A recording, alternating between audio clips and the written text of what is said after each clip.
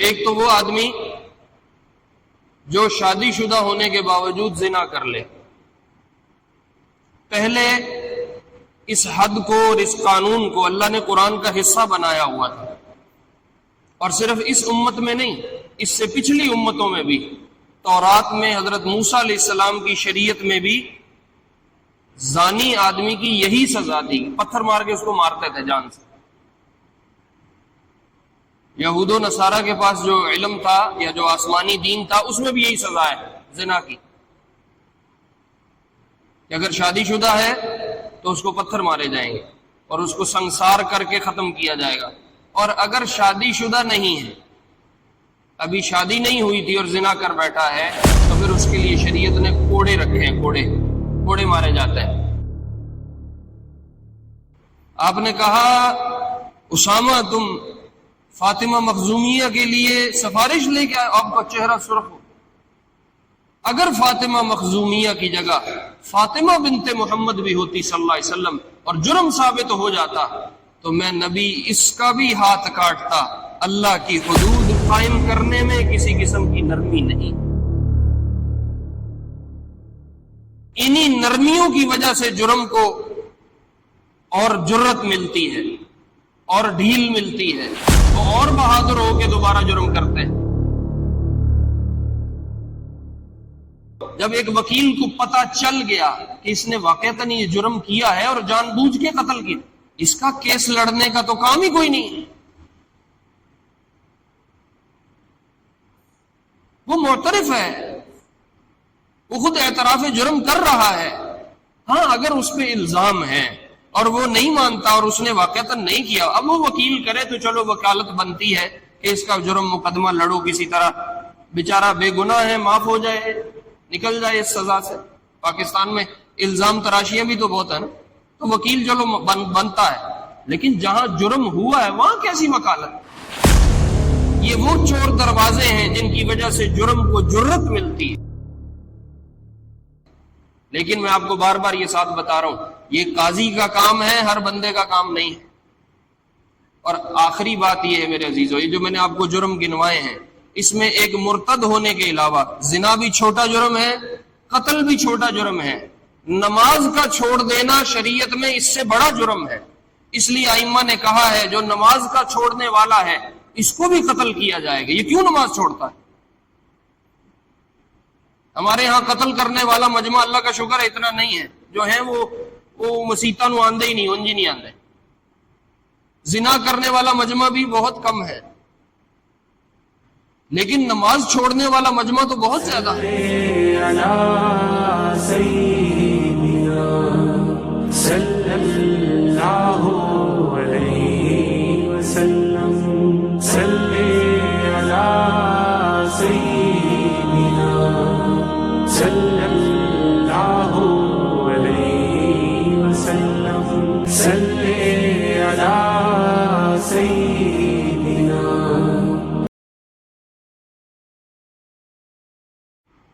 ہم نے اپنے سلسلہ حدیث کی آج تقریباً 14ویں حدیث ذکر کرنی ہے۔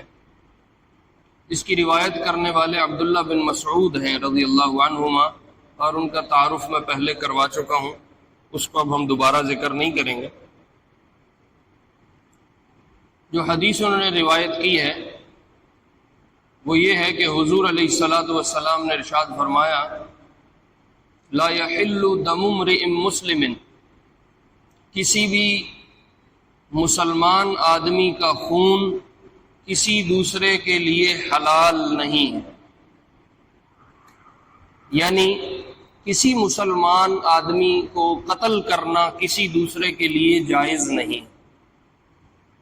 خون کی بات اس لیے کی ہے کیونکہ اس زمانے میں زیادہ لڑائیاں اور زیادہ قتل و قتال اور زیادہ مارنا یہ اسلحے کے زور پہ ہوتا تھا، تلواروں کے ذریعے، خنجروں کے ذریعے، برچھوں کے ذریعے، تیر کمان کے ذریعے۔ تو کسی بھی شکل میں جب بندہ مارا جائے گا تو اس کا خون نکلے گا، اس لیے آپ نے ڈائریکٹ قتل کی بات نہیں کی، مسلمان کے خون کی بات کی ہے کہ مسلمان کا خون کسی دوسرے کے لیے حلال نہیں۔ ہر وہ مسلمان جو یہ گواہی دیتا ہو یشہد اللہ الہ الا اللہ وانی رسول اللہ کہ اللہ کے سوا کوئی معبود نہیں ہے اور محمد صلی اللہ علیہ وسلم اللہ کے رسول ہیں، جو ان دو چیزوں کی گواہی دے دے بس وہ مسلمان ہے، اس کا خون کسی دوسرے مسلمان کے لیے حلال نہیں۔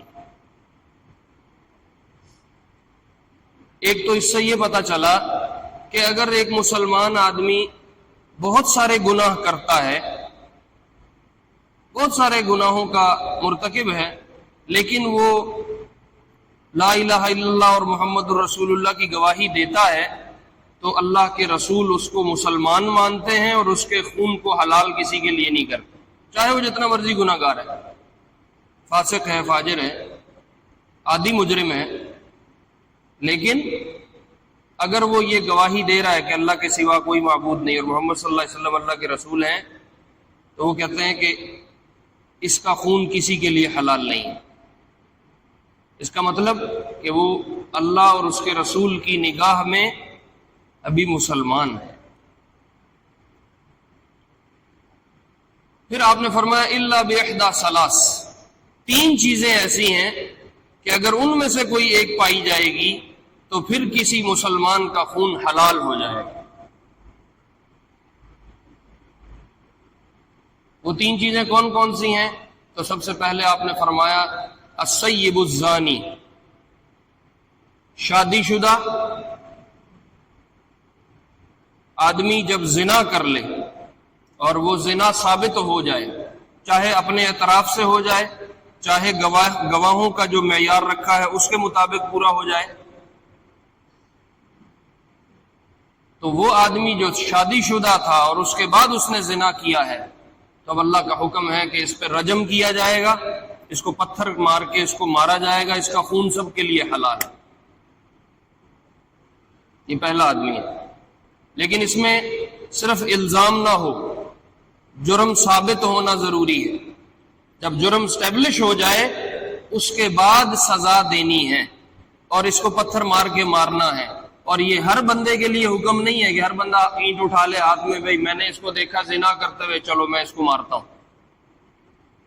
یوں تو ہمارے یہاں علاقوں میں تو چاچے بابے کی آپس میں ہی نہیں بنتی، تو وہ پتر ہی ایک دوجے تے کھلو جان گے ٹم روڑے لے کے، اپنی دشمنیاں نکالنے کے لیے وہ ایک دوسرے پہ الزام لگائیں گے اور مار کے جان ان کی اگلے کی ختم کریں۔ تو ایسے ہر ایک کو یہ ہاتھ میں نہیں پکڑایا۔ اسلام نے جو ہمیں شریعت پوری ایک سمجھائی ہے یا دین ایک دیا ہے، اس میں ہر چیز کا طریقہ ہے۔ اس میں ایک قاضی ہوتا ہے جس کو آج کل ہم جج کہتے ہیں، وہ پورا فیصلہ پہلے دیکھے گا، پھر قاضی اگر اپنے معیاروں پہ اور اپنے طریقوں پہ کسی کیس کو اور جرم کو ثابت کر لے تو پھر قاضی کے ذمے ہے کہ اب وہ اس سزا کو جاری کرے۔ تو وہ قاضی نے جاری کروانی ہوتی ہے، ہر بندے کے بس کا کام نہیں ہے۔ ہر بندے کے ہاتھ میں شریعت نے چھری نہیں پکڑائی بے تو شروع ہو جا۔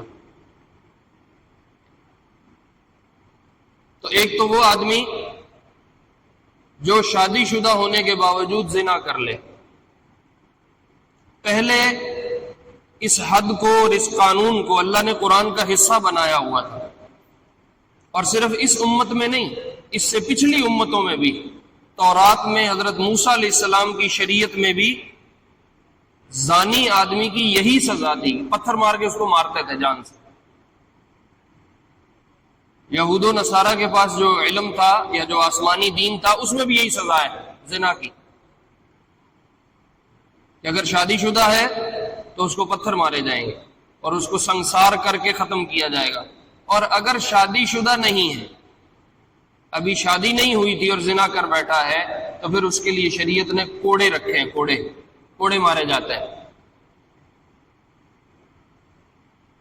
الزانیۃ والزانی فاجلدوا کل واحد منہما 100 جلدہ، لڑکا زنا کر لے یا لڑکی زانیہ ثابت ہو جائے، الزام نہ ہو، ثابت ہو جائے، تب آپ نے اللہ فرماتے ہیں ان کو 100 کوڑے لگاؤ۔ وَلَا تَأْخُذْكُمْ بِهِمَا رَأْفَةٌ فِي دِينِ اللَّهِ، یہ اللہ کی حدود ہیں، اس میں نرمیاں شرمیاں نہیں کرنی۔ اللہ کی حدود میں نرمی مت دکھاؤ، اللہ کی حدود کو قائم کرو۔ اگر اللہ کی حدود کو قائم نہیں کرو گے تو فساد فی الارض پیدا ہوگا، زمین میں فساد پیدا ہو جائے گا۔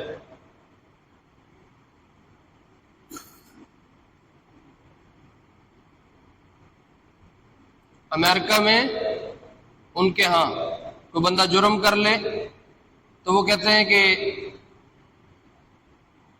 اس کی اصلاح ہونے والی ہے، لہذا اصلاح کے لیے اس کو اصلاح خانے میں بھیج دو، اور جیلوں کو وہ اصلاح کا خانہ کہتے ہیں کہ وہاں جائے ہوں گڈی نویں سروں ٹھیک ہو کے آگے، تو وہ ہر مجرم کو اٹھا کے جیل بھیج دیتے ہیں، اور جیل بڑی مزیدار ہے، مفت کا کھانا ہے، رہائش ہے، وہ ہمارے پاکستانی جیلوں کی طرح تو ہے نہیں۔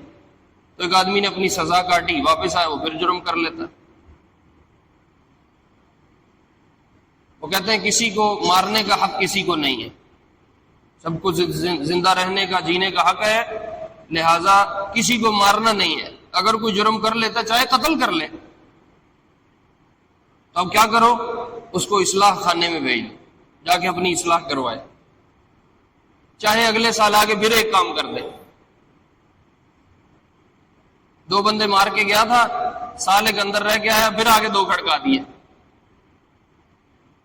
اب تو قتل، اب تو لوگوں کا پنجابی جہاز نے چاکا کھول گیا، لوگ مرغی ذبح کرتے ہوئے ڈرتے ہیں، بندہ ذبح کرتے نہیں ڈرتے۔ بات بات میں قتل ہے، بات بات میں قتل ہے۔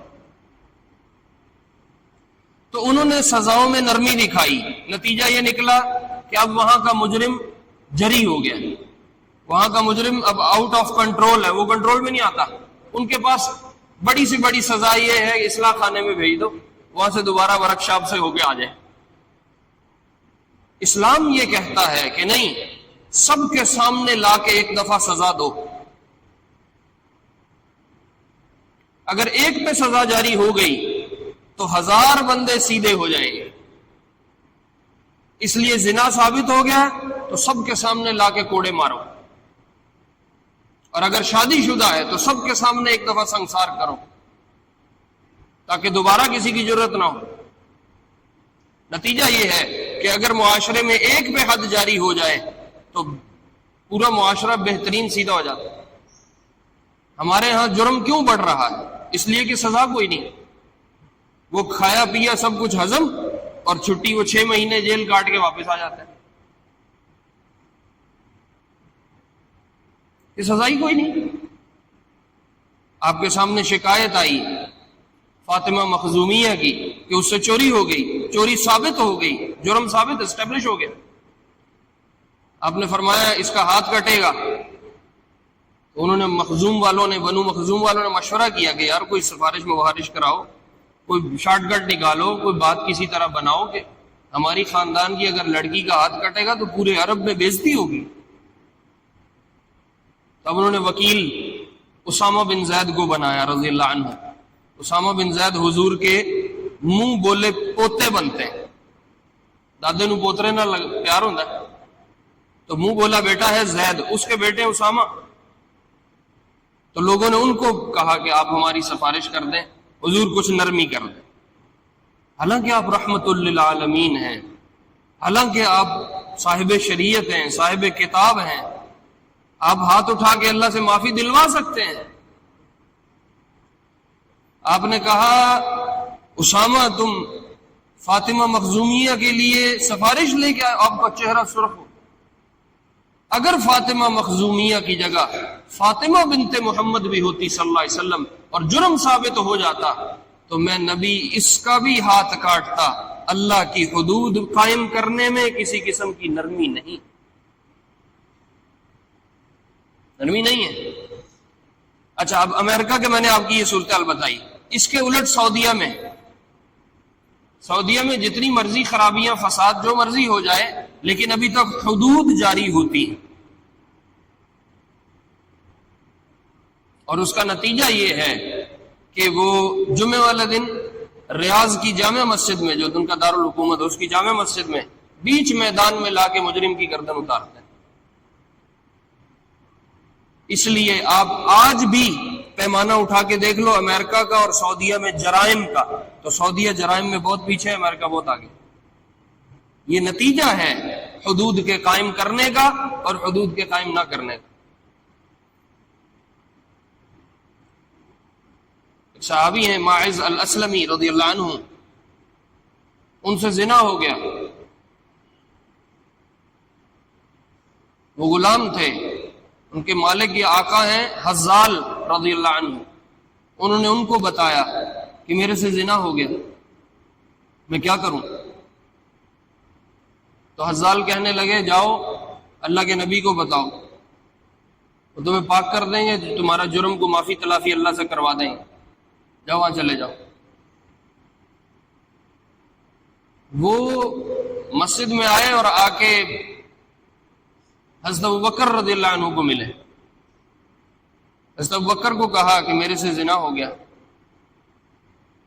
میں کیا کروں؟ تو حضرت ابوبکر نے فرمایا استر ما، جو اللہ نے چھپا دیا ہے اس کو چھپائے رکھو، اس کو ذکر نہ کرو، کیوں اپنے اوپر اللہ کی حد جاری کروانی، خاموش ہو جاؤ، جاؤ جا کے توبہ شوبہ کر لو۔ وہ اندر ان کے بے چینی تھی، اللہ کا تعلق تھا نا، ہم تو جرم کر کے ہم کہتے ہیں کوئی مسئلہ نہیں، شامی پھر ایک باری کر لیں گے، ہمیں تو گناہ کر کے کان پہ جوں نہیں رینگتی، نماز چھوڑ دی کوئی بات نہیں، پھر کیا ہوا، روزہ چھوڑ دیا کوئی مسئلہ نہیں، رمضان میں کتنے ہمارے جوان ٹھیک ٹھاک اٹے کٹے، کوئی مسئلہ ہی نہیں۔ تو وہ لوگ پریشان ہو جاتے تھے کہ میرا جرم یہیں کہیں صاف ہو جائے، مجھے آخرت میں نہ لے جانا پڑے، تو وہ بے چین ہو کے اللہ کے نبی کے پاس چلے گئے اور جا کے آپ کو کہا کہ یا رسول اللہ میرے سے زنا ہو۔ اچھا میرے آپ کے پاس کوئی اس طرح کا کیس آئے تو ہم کیا کریں گے؟ ہم پہلے اس سے پوری کہانی سنیں گے، پورے مزے لیں گے کہ یہ کیسے اس نے کیا ہے، کہاں گیا تھا، کس کے ساتھ کیا ہے، کیوں ہوا تھا،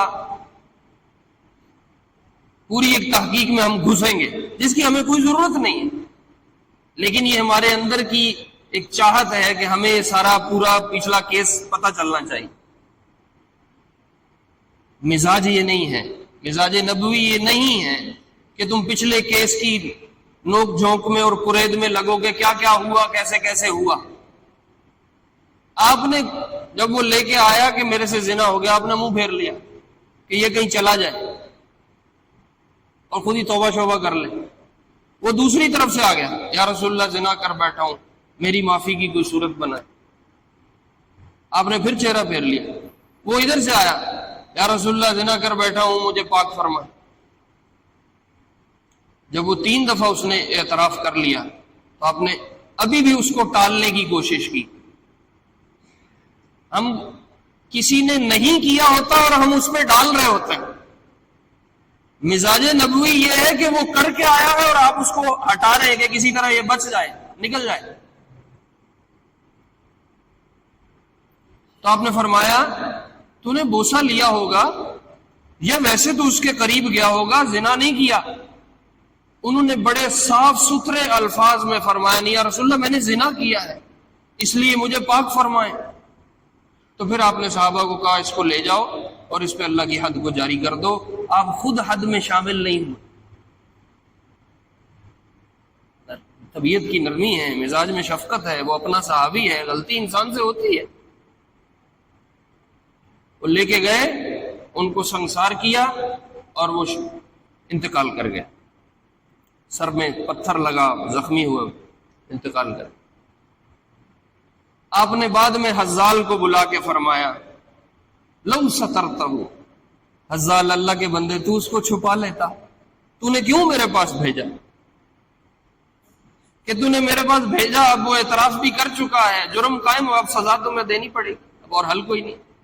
لیکن اللہ کے حدود میں نرمی نہیں ہے، جب جرم ثابت ہو جائے پھر کوئی نرمی نہیں ہے۔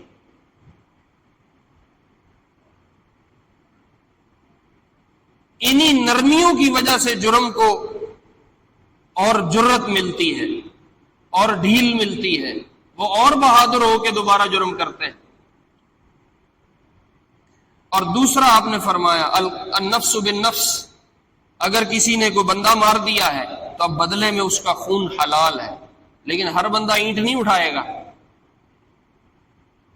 قاضی کا کام ہے، یہ میں نے پہلے آپ کو بتایا ہے کہ قاضی ان حدود کو قائم کرے گا۔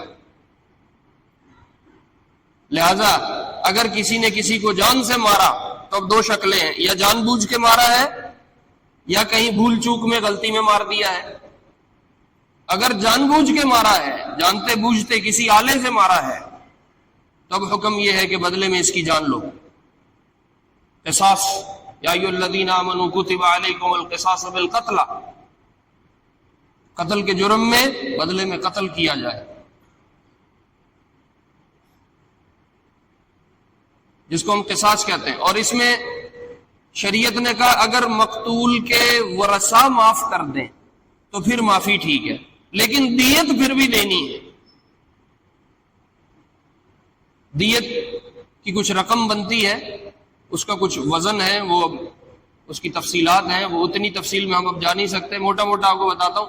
3.5 کلو، 3.25 کلو، 3.5 کلو سونا وہ دینا پڑے گا، اور اگر جانوروں کی شکل میں دیتا ہے تو پھر وہ جانوروں کی تعداد ہے وہ دینی پڑے گی، اور اگر رقم دیتا ہے تو 3-3.5 کلو سونے کی قیمت دینی پڑے گی، دیت ہے۔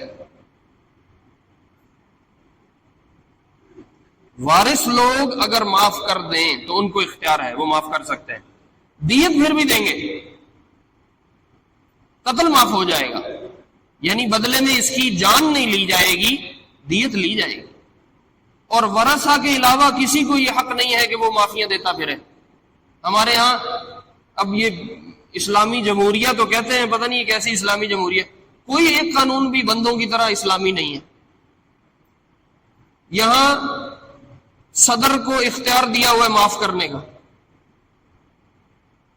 302 کا پرچہ ہے، جرم ثابت ہو چکا ہے، قتل اس نے کیا ہے، وہ مانتا ہے، سیشن کورٹ سے بھی ثابت ہو گیا، ہائی کورٹ سے بھی ثابت ہو گیا، سپریم کورٹ بھی کہہ رہی ہے قتل ہے، تو اب حد جاری کرو۔ تو اب صدر صاحب کو اختیار ہے کہ وہ اگر معاف کرنا چاہیں تو معافی دے، بھائی کیوں دے دیں؟ یہ حق صرف ورثہ کا ہے اور کسی کا نہیں ہے۔ انہی نرمیوں اور گنجائشوں نے جرم کرنے والوں کو مزید جرت دی ہے۔ یہ چور دروازے جو رکھے ہوئے ہیں، اس کی وجہ سے جرم پھیلتا ہے۔ مجھے خود بتاؤ، جب ایک وکیل کو پتا چل گیا کہ اس نے واقعتاً یہ جرم کیا ہے اور جان بوجھ کے قتل کیا، اس کا کیس لڑنے کا تو کام ہی کوئی نہیں،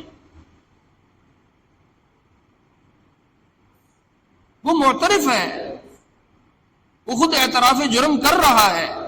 ہاں اگر اس پہ الزام ہے اور وہ نہیں مانتا اور اس نے واقعتاً نہیں کیا، اب وہ وکیل کرے تو چلو وکالت بنتی ہے کہ اس کا جرم مقدمہ لڑو کسی طرح، بیچارہ بے گناہ ہے، معاف ہو جائے، نکل جائے اس سزا سے۔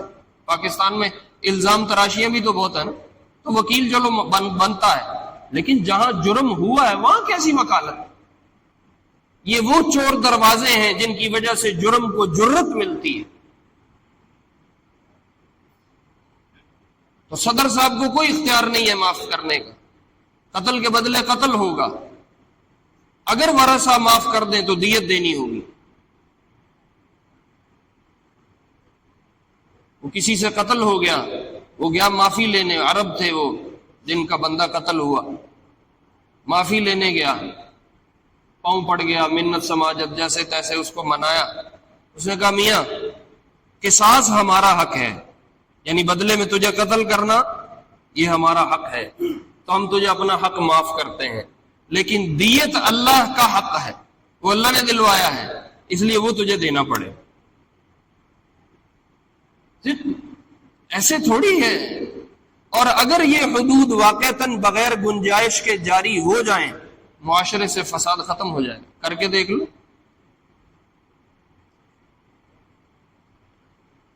اللہ اکبر۔ ہاں والد سے قتل ہو جائے بیٹا تو اب بدلے میں قتل نہیں ہے، دیت ہوگی اور بیٹے کے وارثوں میں تقسیم ہو جائے گی۔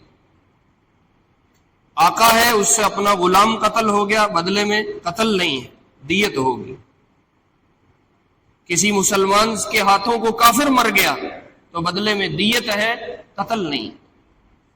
مسلمان کا خون قیمتی ہے۔ ان 3 کیسز کے علاوہ قتل کے بدلے قتل ہوگا، الا یہ کہ مقتولین معاف کر دیں۔ اللہ اکبر. اور اگر جان بوجھ کے نہیں کیا، خطا ہو گیا، ایکسیڈنٹ ہو جاتا ہے، تو اب دیت ہے، دیت دینی ہے، استغفار ہے، اور کفارہ دینا ہوگا. قتل کا کفارہ 60 روزے ہیں، بغیر ناغے کے 60 روزے رکھے گا. اگر بیچ میں ناغا ہو گیا واپس جائے، پھر نئے سرے سے شروع کرے. اللہ کی بنائی ہوئی چیز ہے انسان، اس پہ ہاتھ اٹھاتے ہو تو اب سزا کا سامنا کرنا ہے، کوئی چھٹی نہیں، کوئی معافی نہیں. اور تیسری چیز جو آپ علیہ السلام، بس پھر ابھی سنتیں پڑھتے ہیں، میں مختصر عرض کرتا ہوں. تیسری چیز جو آپ علیہ السلام نے فرمایا وہ ہے التارک لدینہ، جو اپنا دین چھوڑ دے، جو مرتد ہو جائے، اللہ کو پہچاننے کے بعد واپس چلا گیا، تو اس کو اب جینے کا کوئی حق نہیں ہے، اس کا خون حلال ہے. لیکن ہر بندے کو تلوار نہیں پکڑائی میں تم شروع ہو جاؤ، ورنہ ہم تو ایک دوسرے پہ کفر کے فتوے لگاتے ہیں، ہمارے ہاں وہ کافر، اس کے ہاں وہ کافر، ہم تو خود ہی تلواریں لے کے نکل آئیں گے، تو رہے گا کون؟ اسلام نے قاضی دیا ہے، ایک جج ہوتا ہے، اس کے پاس قضیہ جاتا ہے، پھر فیصلے ہوتے ہیں، میں کچھ معیار ہیں، کچھ ترازو ہیں. جب جرم ثابت ہو جائے اس کے بعد افسران کو، قضات کو، جسٹس کو، جج کو یہ تلوار پکڑائی ہے کہ دھیان سے دیکھو، کسی کو مارنا ہے، کسی کی جان لے رہے ہو، کل جواب دینا ہے. ہر بندے کے ہاتھ میں تلوار نہیں پکڑائی. بہرحال اگر کوئی آدمی مرتد ہو جاتا ہے تو وہ، اس کا خون اسلام میں حلال ہے. مرتد ہونے کی مختلف شکلیں ہیں.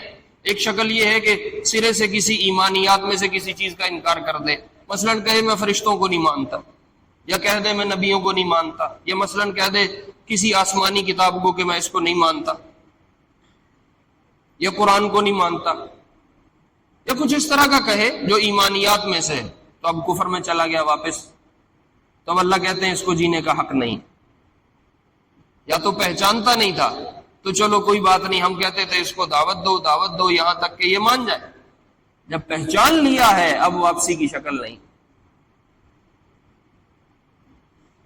اور دوسری شکل یہ ہے کہ کلمہ تو پڑھتا ہے لیکن دین میں سے ضروریات کا انکار کر دے، جیسے کہے نماز فرض نہیں ہے بھائی چلو، نعوذ باللہ، یا کہہ دے روزہ موزہ کوئی نہیں، یہ ایسے ہی مولویوں نے بنایا ہے جاؤ، یا کہے شراب حلال ہے کوئی حرام نہیں ہے، کہے زنا حلال ہے کوئی حرام. اب یہ ضروریات دین ہے، ان میں سے کسی کا انکار کر دے تو اب یہ خود بخود اسلام سے نکل جائے گی. یہ مرتد ہونے کی شکل ہے. تو ضروریات دین کا انکار بھی کسی کا خون حلال کر دیتا ہے. لیکن میں آپ کو بار بار یہ ساتھ بتا رہا ہوں، یہ قاضی کا کام ہے، ہر بندے کا کام نہیں ہے. اور آخری بات یہ ہے میرے عزیزو، یہ جو میں نے آپ کو جرم گنوائے ہیں، اس میں ایک مرتد ہونے کے علاوہ زنا بھی چھوٹا جرم ہے، قتل بھی چھوٹا جرم ہے، نماز کا چھوڑ دینا شریعت میں اس سے بڑا جرم ہے. اس لیے ائمہ نے کہا ہے جو نماز کا چھوڑنے والا ہے اس کو بھی قتل کیا جائے گا. یہ کیوں نماز چھوڑتا ہے؟ ہمارے ہاں قتل کرنے والا مجمع اللہ کا شکر ہے اتنا نہیں ہے، جو ہیں وہ مسیطہ نو آندے ہی نہیں، انجی نہیں آندے. زنا کرنے والا مجمع بھی بہت کم ہے، لیکن نماز چھوڑنے والا مجمع تو بہت زیادہ ہے. تو اس لیے نماز چھوڑنا شریعت کی نگاہ میں زنا سے بڑا جرم ہے، قتل سے بڑا جرم ہے. مرتد ہونا تو ویسے ہی پھر دین سے نکل جانا، چوری سے بڑا جرم ہے، شراب خوری سے بڑا جرم ہے. 5 وقت کی نماز فرض ہے، کوئی معافی نہیں. کہا کھڑے ہو کے پڑھو، نہیں پڑھ سکتے بیٹھ کے پڑھو، نہیں پڑھ سکتے لیٹ کے پڑھو، نہیں پڑھ سکتے اشارے سے پڑھو، کوئی معافی نہیں، کسی حال میں معافی نہیں. تو ہمارے مجمع میں نماز کو چھوڑنے والا مجمع بہت زیادہ ہے، 90-95% مجمع بے نمازی. تو اس لیے جہاں یہ حدود بتائی گئی ہیں اور ان جرموں کو سمجھایا گیا ہے کتنے بڑے بڑے جرم ہیں، وہاں یہ سمجھنا ہوگا کہ نماز چھوڑنا کتنا بڑا جرم.